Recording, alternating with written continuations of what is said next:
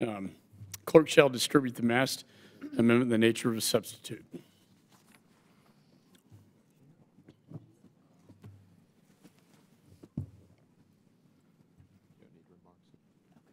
Okay.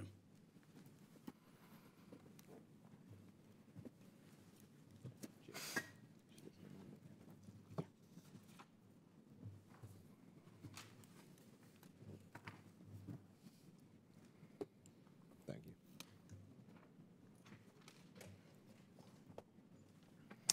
The clerk shall report the amendment.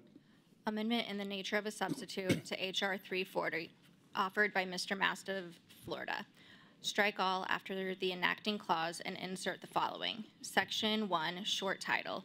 This act may be cited as the Hamas and other Palestinian terrorist group International Financing Prevention Act.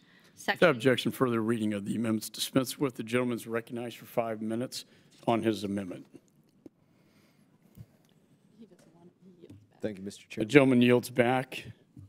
Any further discussion on the amendment? Mr. Meeks is recognized. There are both positive and negative aspects of this A&S vis-a-vis the introduced version of this legislation. Importantly, the A&S removes the counterproductive exception for importation of goods, which undermines sanctions programs. More concerningly, it changes the humanitarian exception to a humanitarian waiver, which will cause more de-risking from potential donors. Given that the bill's sanctions currently do not sunset, this change in language is concerning. And I would ask for continued dialogue on remending this issue. Nonetheless, given the importance of Congress demonstrating unity against Hamas, which is in the forefront of all of our minds at this moment, I will not oppose the A&S. Gentleman yields back. Any further discussion on the amendment, the Mast amendment?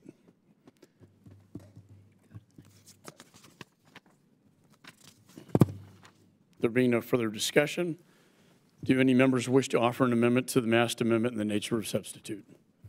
Ms. Jacobs is recognized. Mr. Chairman, I have an amendment at the desk. Clerk shall distribute the amendment.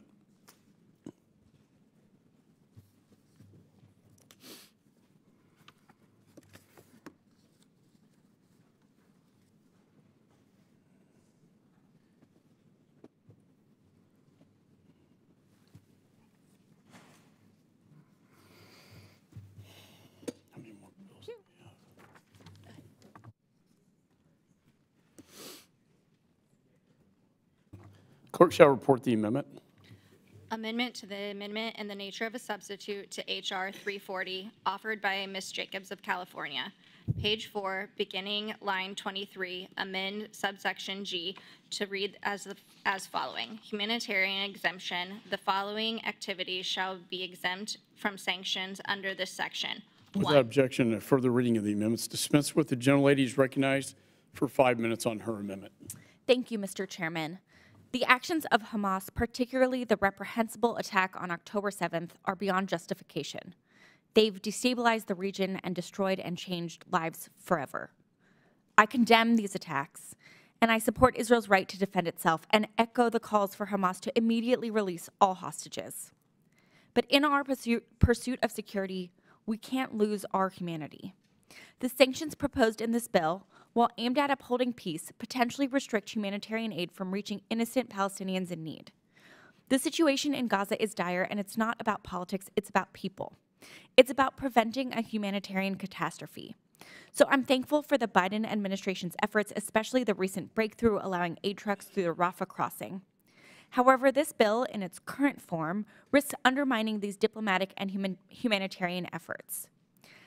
The original draft, Mr. Mast's own original draft of this bill, had a more straightforward humanitarian exemption, one that provided a more viable pathway for essential aid, food, medicine, and other life-saving supplies to reach those trying to survive in Gaza. Both the State Department and the Treasury Department prefer this version of the humanitarian exemption to ensure that humanitarian assistance can get in. And so I was incredibly disappointed to see that the majority modified this humanitarian clause by requiring a case-by-case waiver, which will inevitably slow down the provision of assistance.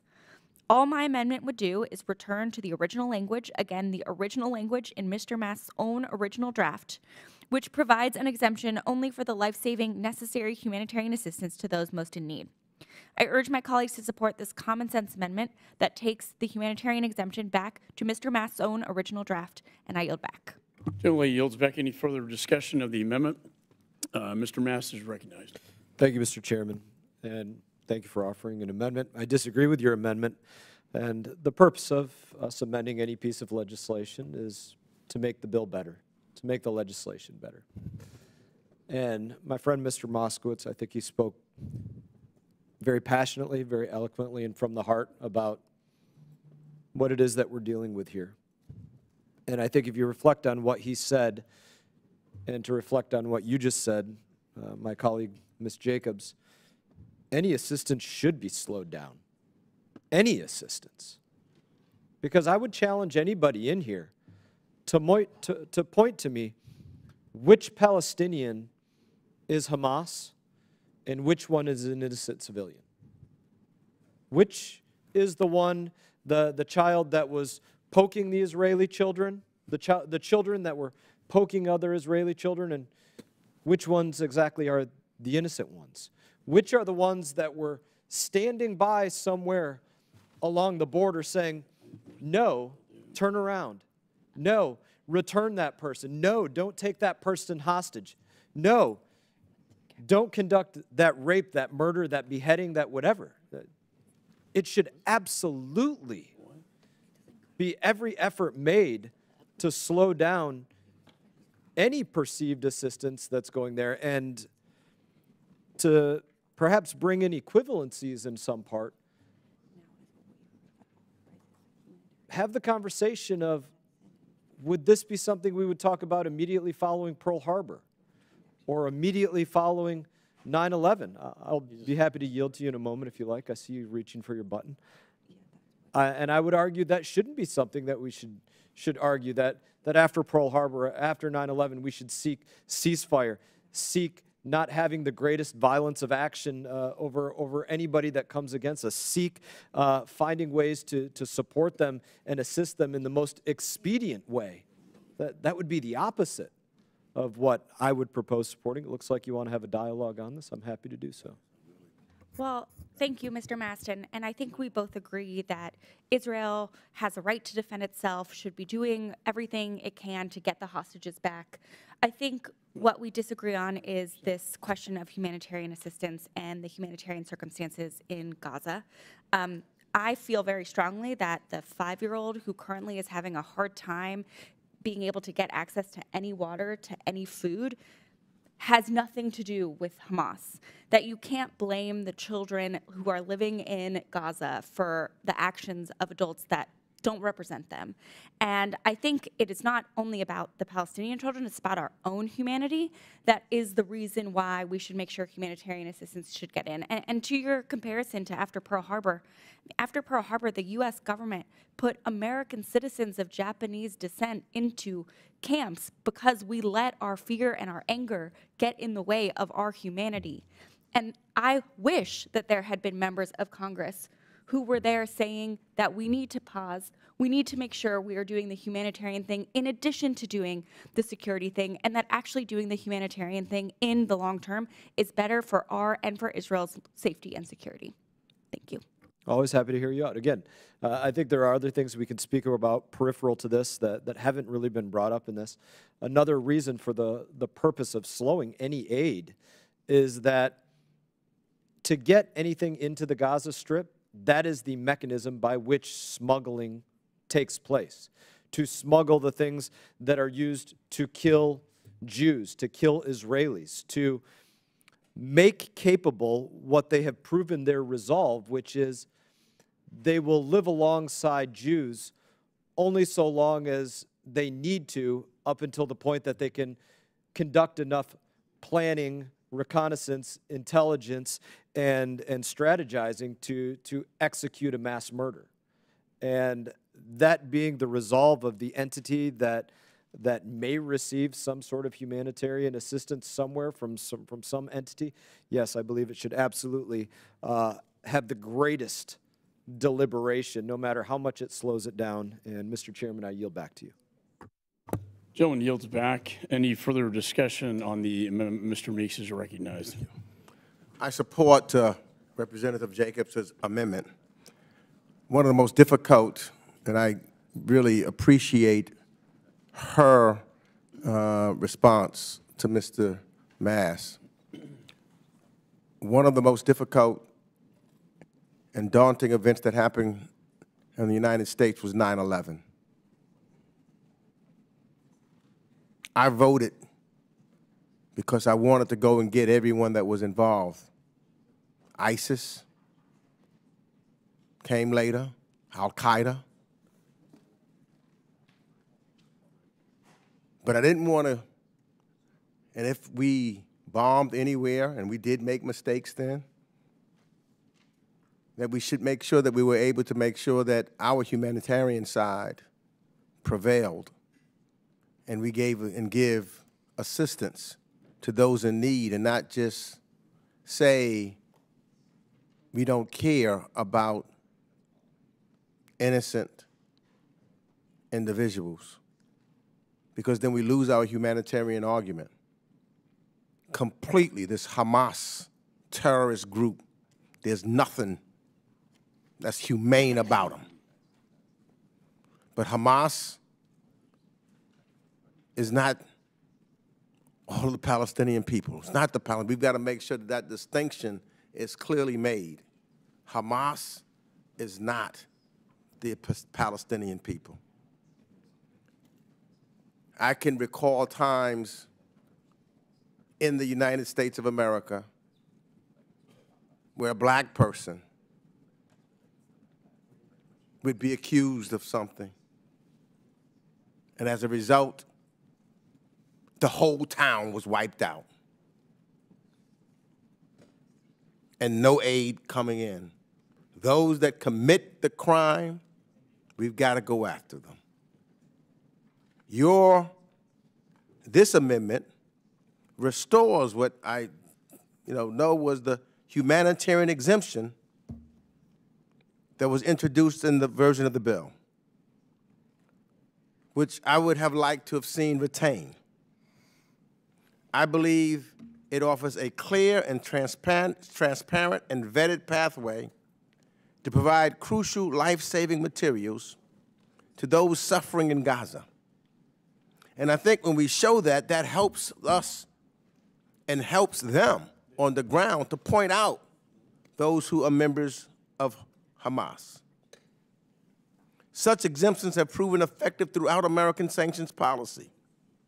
Humanitarian relief in Gaza is morally the right thing to do, but also in America's foreign policy interests. A waiver, as opposed to an exception, will create more bureaucratic and more de-risking by leading humanitarian organizations. The original language in Mr. Mast's bill, Mr. Mast had in his bill, and it was there for years until it was changed earlier this week, I believe was more thoughtfully crafted than the language in the current ANS. And as such, I firmly support the Jacobs Amendment. And I think that we could have a clear message from everyone, because I think that, I know Mr. Mast has the best of intent. And he wants to go and make sure that those that committed these horrendous acts don't get anything to help them further kill anyone. I know his intent on this. It's a good cause. But I just ask that we've got to make sure that we try to make sure that innocent folks get access to humanitarian need, and not say that because of Hamas, you've got to starve too, and we're not going to try to do something that's humane. But again, this is so serious, You know, and I just would hate that we even have to have this argument, because I know the basis of what we're talking about, we all agree upon. And with that, I yield back. Gentleman yields back. Do any other members seek recognition? Mr. Castro is recognized. Thank you, Chairman. I strongly support Representative Jacobs' amendment. As all of us watched and heard about the events of October 7th, I think it filled all of us with rage. And we as Americans were enraged after September 11th. So I think there is an understanding of that. But as President Biden alluded to a few days ago, I believe while he was in Israel, that rage, that anger also led us to make mistakes. And I think it's dangerous when we legislate in rage. One of the basic things that we should be able to agree on, I think, is that humanitarian aid should be provided to the people of Gaza, or at least allowed in.